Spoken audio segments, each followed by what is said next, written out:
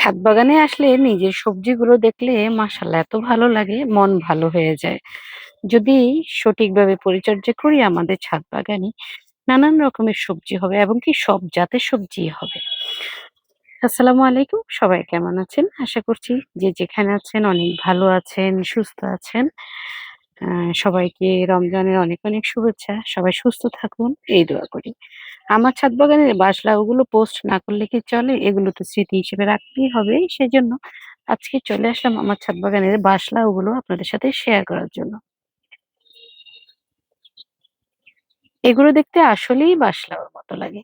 বাঁশের মতো লম্বা, লম্বা সাইজ। আমি একটু উপর থেকে যদি দেখাই, দেখুন যে একেকটা সাইজ কি পরিমাণে লম্বা হয়েছে। একদম উপরে মাথা থেকে ড্রামের নিচ পর্যন্ত চলে গিয়েছে। এমন একটা সাইজ বাশলাওয়ের, যেটা অবাক করা সাইজ। দেখলে অনেক ভালো লাগে। আসলে পেড়ে খেতে ইচ্ছে করে না। এগুলো দেখতেই অনেক বেশি ভালো লাগে। এগুলো আমি বীজ সংগ্রহ করেছিলাম। একবার সংগ্রহ করার পর যতবারই পেয়েছি, বীজ রাখার চেষ্টা করেছি যাতে করে পরবর্তীতে আমি আমার ছাদ বাগানে এইসব আইটেমগুলো কখনো না হারাই। সেজন্য সবসময় বীজের জন্য রেখে দিই।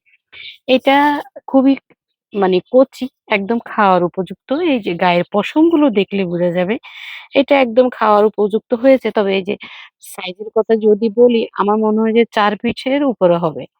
একদম ৪ ফিটের উপরে হবে। একদম শুরু থেকে শেষ পর্যন্ত দেখাই কি পরিমাণ বড়। এটা তো আরো বড়। তো এটা বীজের জন্য রেখে দিয়েছি। এটাতে অলরেডি বীজ হয়ে গিয়েছে এটা। এই যে সাদা হয়ে গিয়েছে মানে হলো এটা পেকে গিয়েছে। এটা কিন্তু আজকে তুলে নিব। আর এইটা খাওয়ার উপযুক্ত আছে। এটাকে আমি আজকে খাওয়ার জন্য নিয়ে নিব। আর এইটাও বীজের জন্য রেখে দিয়েছি। সাইজ দেখাই। এ বিশাল সাইজ।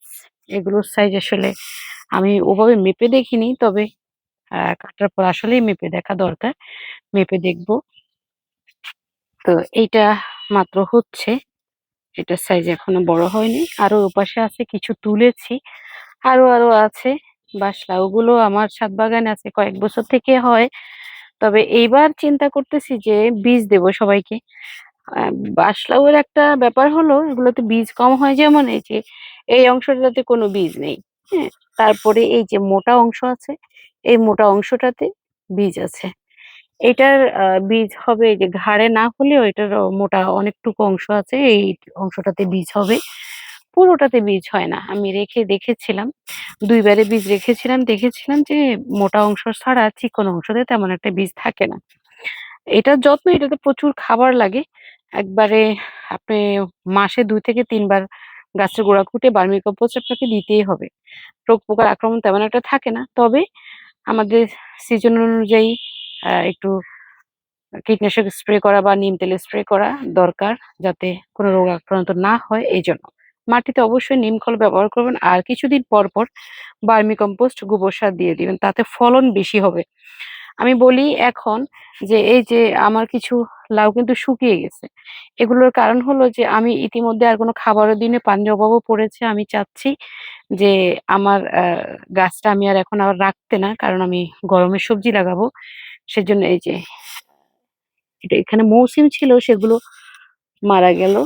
আমি চাচ্ছি মাচাটা পরিষ্কার করতে, সেজন্য আমি আর এই গাছটা রাখবো না। সেজন্য খাবারও দেইনি। আপনি যদি খাবার কম দেন, পানি কম দেন তাতে করে হাজার, হাজার লাউ হবে তবে টিকবে না।